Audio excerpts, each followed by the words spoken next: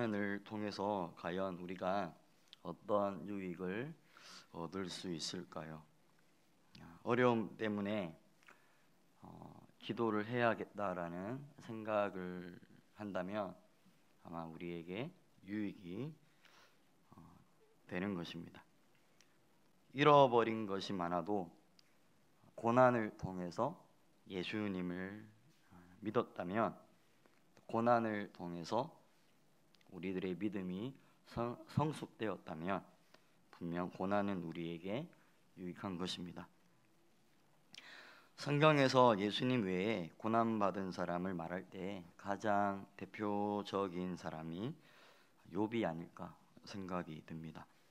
오늘 읽은 본문을 살펴보기 전에 욥에 대해서 간단하게 설명을 하자면, 성경은 욥을 우스 땅에서 온전하고 정직하고 하나님을 경외하며 악에서 떠난 자라고 소개하고 있습니다.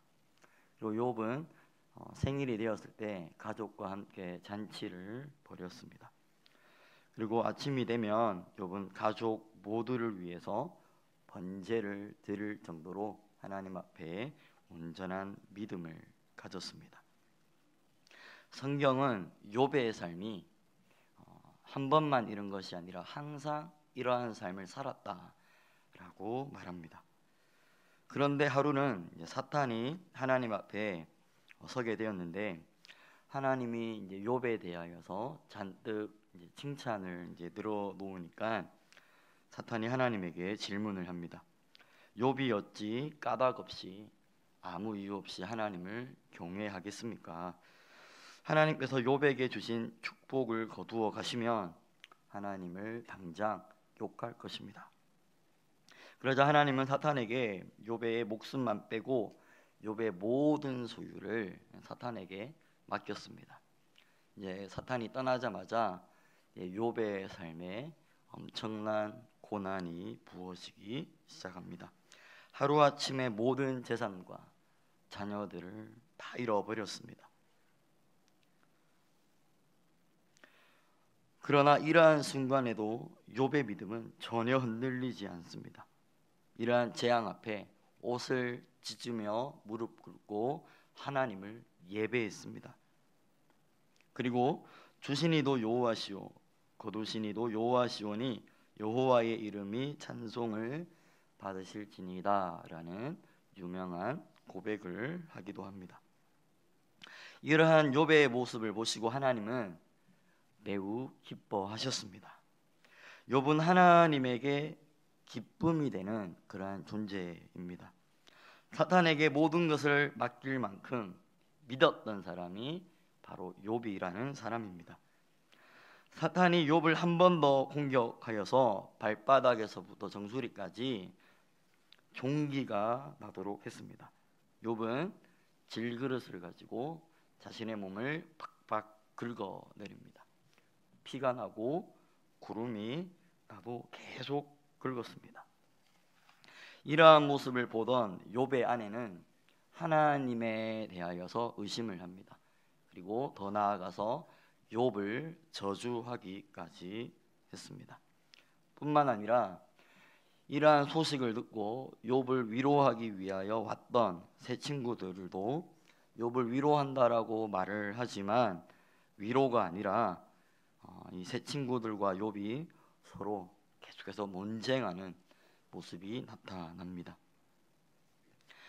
욥기서는 3장부터 31장까지 이 세 친구들과 욥이 논쟁하는 이 사이클이 3번 돌아갑니다. 오늘 우리가 읽은 본문의 말씀은 이제 3번째 논쟁 그 사이클에서 엘리바스에 대응하여 욥이 이제 말하는 내용입니다.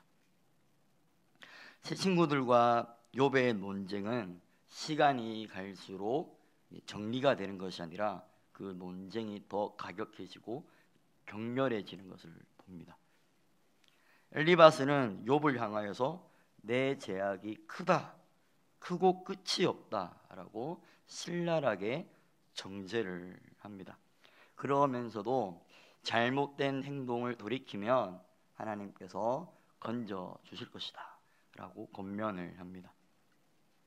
엘리바스에게 욥은 정죄를 받을 만한 악인입니다. 그러나 욥은 더 이상 자신을 변론하지 않습니다. 더 이상 그 변론의 필요성을 느끼지 못한 것입니다. 그리고 욥은 하나님을 찾기 시작합니다. 근심에 눌러서 굉장히 괴로워하고 있습니다. 재앙이 탄식보다 무겁다라는 고백을 합니다. 마음에 짓눌림이 있는 것입니다. 친구들과 더 이상 논쟁하지 않습니다. 하나님을 만나기를 간절히 원했습니다. 하나님에게 자신의 입장을 말하기만 한다면 하나님께서 자신을 변론해 주실 것이라고 믿었습니다. 하나님께서 무죄 선언을 해 주실 것이라고 믿었습니다. 그런데 하나님을 아무리 찾아도 하나님이 욥에게 나타나지 않습니다. 욥은 아무 이유 없이 받은 고난 앞에서 또 다른 고통을 만난 것입니다. 사실 육체적인 고통보다 더 큰 고난이 하나님과 단절되는 고통입니다. 육체적으로 아무리 힘들어도 하나님과 계속 교통한다면 육체적인 고통은 넉넉히 이길 수 있습니다. 그런데 욥의 고난은 앞으로 가도 뒤로 가도 왼쪽을 봐도 오른쪽을 봐도 하나님을 전혀 볼 수 없는, 모든 것이 다 막혀 있는 그러한 고난입니다. 욥이 하나님을 찾을 수 없었지만 사실 고통은 하나님을 만날 수 있는 장소입니다. 기독교와 불교를 잠깐만 비교를 한다면, 불교는 처음부터 끝까지 고통에서 벗어나는 것이 목적입니다. 그래서 고통의 원인이 되는 자기 중심적인 생각들과 이기적인 욕망을 비우는 것이 불교의 가르침입니다. 끊임없는 자기 성찰을 통해서 무의식의 변화로 이끌어가는 것이죠. 하지만 기독교는 불교의 가르침과 다릅니다. 불교와 마찬가지로 고통의 문제를 다루지만 고통에서 벗어나는 가르침이 아니라 고통 속으로 들어가는 길을 제시합니다. 고통을 악으로 보지 않고 죄를 악으로 보는 것입니다. 기독교는 고통을 외면하지 않습니다. 하나님께서는 때로는 고통을 저와 여러분에게 허락하십니다. 죄가 없으셨던 예수님도 이 땅에서 고통 받으셨습니다. 육체적인 고통만 받은 것이 아니라 오늘 욥과 같이 하나님과 완전히 단절되는 그 고통을 예수님도 받으셨습니다. 저와 여러분이 고통을 직면했을 때는 무조건 고통을 피하는 것이 아니라 고통을 품을 수 있어야 합니다. 저와 여러분이 하나님을 믿는다면 우리가 살아가는 이 세상과 우리의 삶과 모든 것들에 우연이라는 것이 없다라는 것을 믿을 것입니다. 때문에 고통 속에는 하나님의 뜻이 있는 것입니다. 하나님께서 저와 여러분에게 고통을 통해서 원하시는 것이 있다면 하나님을 향해 화를 내는 것일 수도 있습니다. 고통이 왔는데 아무 의미 없이 받아들인 것이 아니라 왜 저에게 이런 일이 일어났습니까? 하나님을 향해 따지는 것을 하나님이 원할 수도 있습니다. 왜냐하면 고통은 우리를 하나님을 알아가는 지혜로 인도하기 때문입니다. 욥은 새 친구들과 자신에게 임한 고난에 대해서 계속 논쟁했지만 아무런 교훈을 얻지 못했습니다. 그리고 하나님과 대면하기를 원했지만 하나님은 욥에게 나타나지도 않았습니다.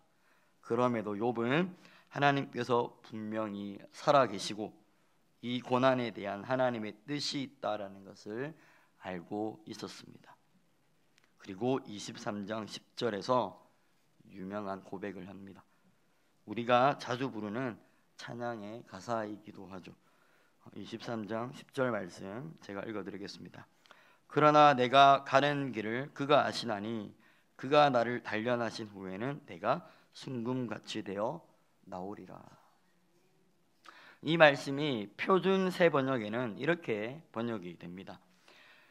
하나님은 내가 발 한 번 옮기는 것을 다 알고 계실 터이니 나를 시험해 보시면 내게 흠이 없다는 것을 아실 수 있으려만. 공동 번역에는 이렇게 번역됩니다. 그런데도 그는 나의 걸음을 낱낱이 아시나니 털고 털어도 나는 순금처럼 깨끗하리라. 이게 무슨 말씀이냐면 제 친구들은 이 욥의 상황을 보고 정죄하고 죄인이라고 말했습니다. 그런데 욥은 자신의 상황이 이해할 수 없었지만 하나님이 다 아신다는 것이죠. 자기가 어떻게 살아왔는지, 하나님에게 어떠한 믿음의 자세로 여기까지 왔는지 하나님이 모두 다 아신다라는 것입니다. 하나님께서 자신을 시험해 보면 흠이 없다라는 것을 하나님도 인정할 것이다 라는 고백입니다. 사탄이 하나님께 욥이 어찌 까닭없이 하나님을 경외하리까 라고 말하였을 때 하나님이 사탄의 제안을 흔쾌히 받아들일 수 있었던 것은 욥이 사탄의 시험에 넘어지지 않을 것을 알고 있었기 때문입니다.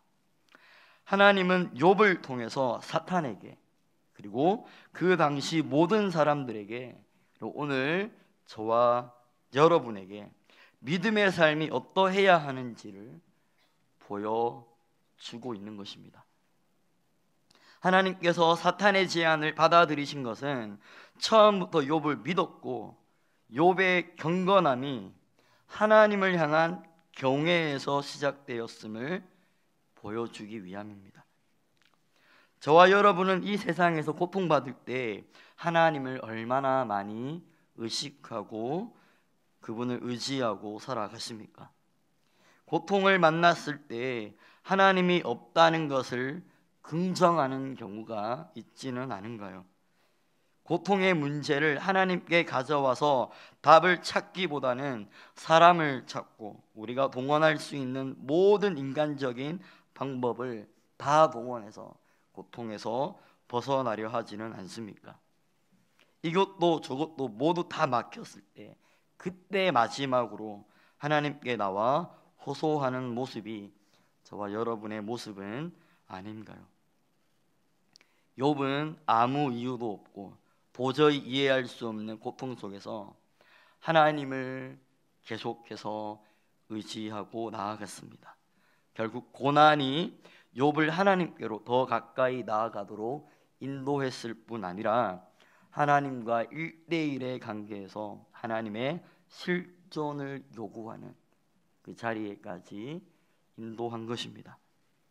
욥은 하나님을 발견하지 못했지만 자신이 마지막에 옳다고 인정받으리라는 확신을 가지고 있었습니다.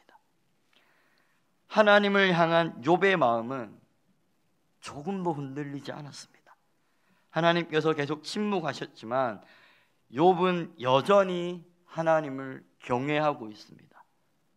여전히 그 하나님을 사랑하고 있습니다. 참된 믿음은 하나님의 살아계심을 내가 경험으로 아는 것이 아니라 하나님의 살아계심을 알고 믿는 것입니다. 만약에 저와 여러분이 경험으로 하나님을 믿는 것이라면 그 믿음이 나의 주관적인 믿음이 될 것입니다. 내가 경험하지 못하면 하나님은 믿어지지 않는 것이죠. 그러나 나의 감정과 기분을 떠나서 그분이 살아계신다는 것을 믿는다면 저와 여러분이 고통과 절망 속에서도 여호와 하나님을 아는 믿음으로 소망을 가질 수 있는 것입니다. 욥은 항상 여호와 하나님을 경외하는 믿음으로 그분을 아는 지혜를 가졌습니다. 욥이 하나님을 찾았을 때 하나님이 전혀 보이지 않았지만 그것이 욥의 믿음을 넘어뜨리지 못했습니다. 하나님께서는 침묵하시는 고통을 통해서 욥과 함께 하셨습니다. 욥은 하나님을 만나지 못했다고 했지만 하나님은 욥을 떠난 적이 단 한 번도 없었습니다. 고통을 통해서 욥을 하나님의 길로 계속 인도하고 계셨습니다. 고통과 절망에 빠져 있는 이 땅의 수많은 그리스도인들에게 하나님께서 주시는 말씀은 보이지 않아도, 마음에 느껴지지 않아도 나를 믿어라는 말씀입니다. 믿음이 어려서 이해가 되지 않을 수 있지만 나를 믿어라는 것입니다. 저와 여러분이 어머니의 뱃속에 태아로 있을 때 나한테 왜 발이 있지? 길도 없는데 내가 왜 발길질을 하고 있는가? 여기서 내가 나가면 내가 어떻게 될까? 이렇게 생각했을지도 모릅니다. 그러나 지금은 왜 손이 있고 왜 발이 있고 내가 그 어머니의 뱃속에서 나와서 생명을 얻게 되었다라는 것을 아는 것처럼, 그리고 아마 저와 여러분이 죽어서 하나님의 곁에 간다면 이와 같은 생각을 하게 될 것입니다. 고통이 주는 절망과 하나님을 아는 지식에서 오는 그분을 향한 신뢰에서 욥의 믿음은 계속 성장하고 있습니다. 욥은 13절에서 하나님께서 자신을 향해 작정하신 것을 다 이루실 것이라는 고백을 하게 됩니다. 하나님의 주권을 인정하는 것입니다. 하지만 그도 인간이기에 두려움을 완전히 떨쳐버리지는 못했습니다. 자신을 향한 하나님의 계획을 믿었지만 고통은 고통인 것입니다. 하나님을 믿어도 두려운 것은 두려운 것입니다. 16절 말씀을 보면 하나님이 나를 약하게 하시며 전능자가 나를 두렵게 하시나니, 고백을 합니다. 친구들과 이야기할 때는 핏대를 올려서 자신이 옳다고 계속 이야기했지만 그래도 하나님 앞에 서는 것을 두려워하고 있는 것입니다. 하나님을 계속 찾아도 만나지 못하니 두려움이 여전히 존재하고 있는 것입니다. 자신에게 임한 고통이 하나님의 일인데 이것이 왜 나에게 일어났는지 그 이유를 모르니까, 자신이 왜 고통받는지 모르니까 두려움이 있는 것입니다. 육체적 고통보다도 하나님의 평강이 우리 안에서 사라지는 것이 더 큰 고통입니다. 적어도 욥에게 있어서는 그것이 더 큰 고통이었습니다.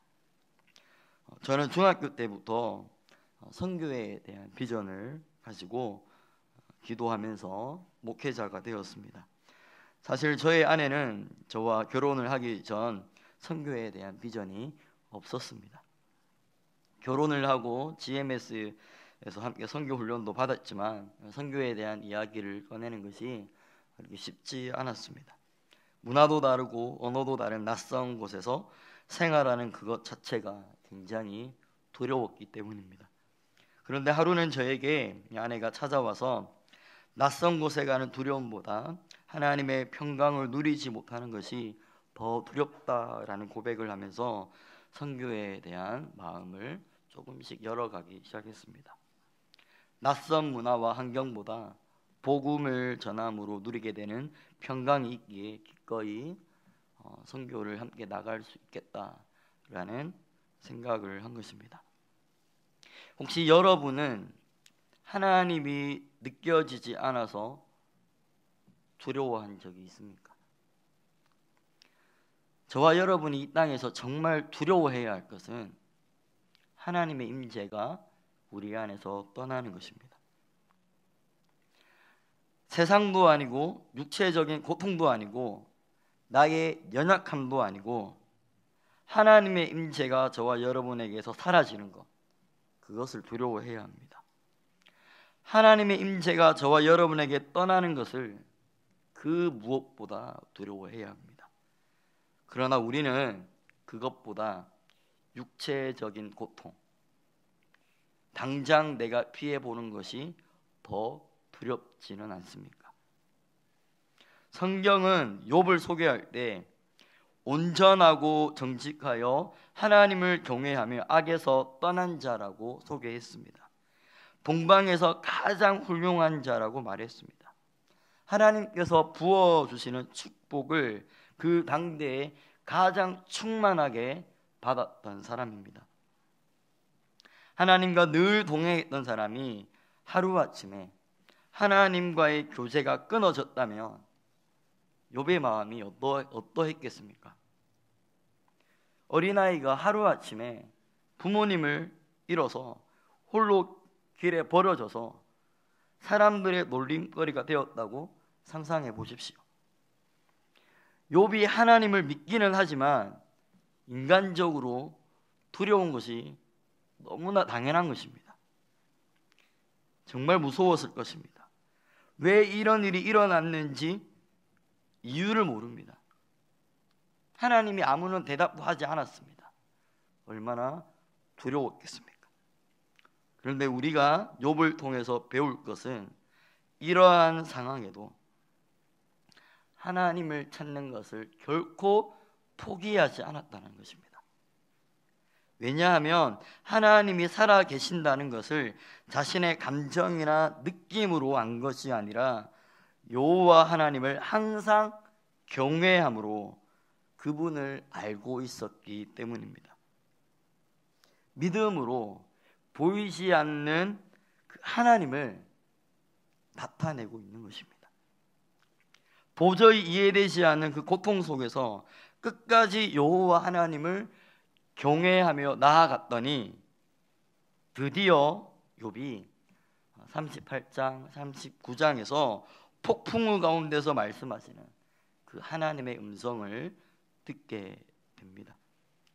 하나님은 까닭없는 고난을 욥에게 허락하시어서 저와 여러분에게 참으로 지혜로운 자가 어떤 사람인지 보여주고 있습니다.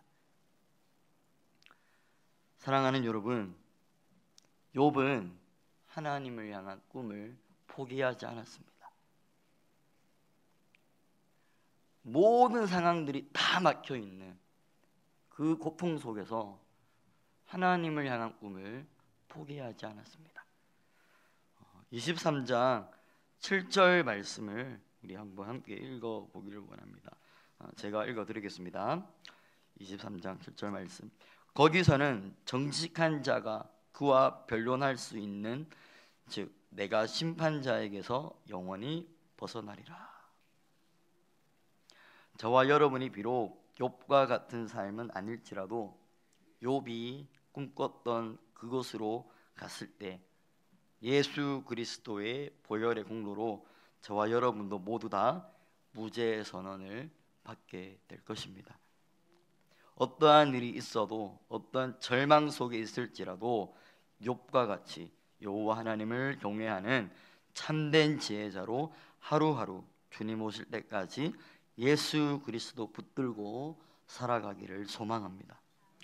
사탄에게 내어줄 만큼 하나님께 완전한 신뢰를 받았던 욥과 같이 하나님도 인정하고 마귀 사탄도 인정하는 주님의 참된 지혜자, 주님의 참된 종이 되기를 주님의 이름으로 축원드립니다.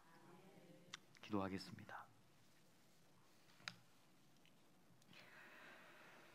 하나님, 오늘날 기독교가 많은 사람들에게 손가락질을 당하고 외면을 당합니다. 하나님의 이름을 욕하며 기독교를 정죄하는 사람들이 갈수록 더 많아지고 있습니다. 오늘 욥이 끝까지 하나님을 경외함으로 하나님의 마음을 흡족하게 한 것처럼 이 땅의 수많은 기독교인들이 하나님의 마음을 시원케 해드리기를 하나님 소망합니다. 어떠한 일이 있어도 흔들리지 않는 믿음을 허락하여 주시옵소서. 무슨 일이 있어도 그분의 뜻을 이루어가는 하나님의 백성이 되기를 원합니다. 주님, 우리와 함께하여 주시옵소서. 고통 속에서 그것을 아무 의미 없이 받아들이는 것이 아니라 그곳에서 더 하나님을 경외하고 더 하나님을 찾아가는 자가 되기를 원합니다. 아무리 막막하여도 하나님을 끊임없이 구하는 예배자가 되게 하여 주시옵소서. 항상 우리와 함께하여 주실 것을 믿으며 이 모든 말씀 예수님의 이름으로 기도드렸습니다. 아멘.